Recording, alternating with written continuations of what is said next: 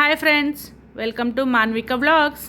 ఈరోజు మాన్విక వాళ్ళ అమ్మమ్మ ఎగ్ పుల్స్ ఎలా తయారు చేయాలో చూపించేస్తుందంటే చూసేద్దాం రండి. ఫస్ట్ పొయ్యి మీద ఒక బాండి పెట్టుకొని పొయ్యి వెలిగించుకొని ఒక 50 గ్రామ్స్ ఆఫ్ ఆయిల్ వేసుకోండి.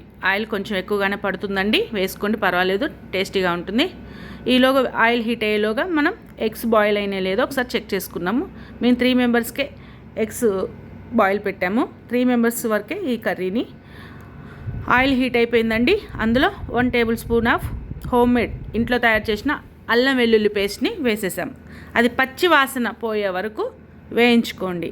ఇంట్లో తయారు చేసిన అల్లం వెల్లుల్లి పేస్ట్ వేసుకొని చాలా రుచిగా ఉంటుంది.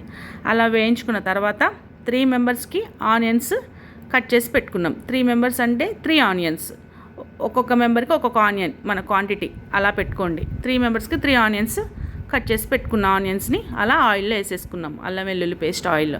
అలా వేసుకున్న తర్వాత కొంచెం సేపు మగ్గనివ్వండి. అలా మగ్గిన తర్వాత ఆనియన్స్ పచ్చి వాసన పోయే వరకు మగ్గనిచ్చాక పించ్ ఆఫ్ పసుపు, 1/2 table spoon salt, 1 table spoon కారం యాడ్ చేసుకోండి. మీకు టేస్ట్కి సరిపడా చూసుకోండి, మీరు ఎంత తింటారో అంత క్వాంటిటీ వేసుకోండి. మాకు 1 టేబుల్ స్పూన్ ఆఫ్ కారం సరిపోయింది, మేము 1 టేబుల్ స్పూన్ వేసాము. అలా వేసిన మొత్తం కలబెట్టుకొని ఒక జస్ట్ 10 to 15 సెకండ్స్ అలా మగ్గనివ్వండి. అన్నీ ఉప్పు, కారం, పసుపు వేసాక అలా వేసిన తర్వాత కొబ్బరి పొడి, ఇంట్లో చేసిన కొబ్బరి పొడి లేదండి, ఇది బయట నుంచి తెచ్చిన కొబ్బరి పొడి. అలా కొబ్బరి పొడిని 1 టేబుల్ స్పూన్ ఆఫ్ కొబ్బరి పొడిని యాడ్ చేసుకోండి, చాలా బాగుంటుంది టేస్ట్కి.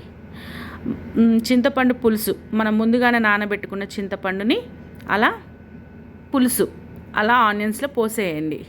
ఎంత క్వాంటిటీ అని అడుగుతారేమో, జస్ట్ లెమన్ సైజ్ అంత క్వాంటిటీలోనే మనం చింతపులుసుని పోసేసుకున్నాము.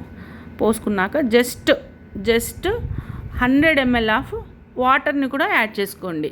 ఎందుకంటే మొత్తం చింతపండు పులుసు అయితే బాగా పులుపుగా ఉంటుంది కాబట్టి కొంచెం వాటర్ని యాడ్ చేసుకోండి. క్లిప్పు మర్చిపోయాము చూపించడం. అలా వాటర్ వేసేసుకున్న తర్వాత జస్ట్ మనము ఉప్పు, కారం, పసుపు అన్నీ సమానంగా ఉన్నాయో లేదో ఒకసారి టేస్ట్ చేసి చూడండి. అన్నీ ఓకే ఉన్నాయి అన్న తర్వాత మన ఎగ్స్ బాయిల్ అయిపోయినాయి కదా, వాటిని షెల్ తీసేసుకొని, యాక్చువల్లీ ఎగ్స్కి ఘాట్లు పెట్టేస్తే చాలా బాగుంటుంది.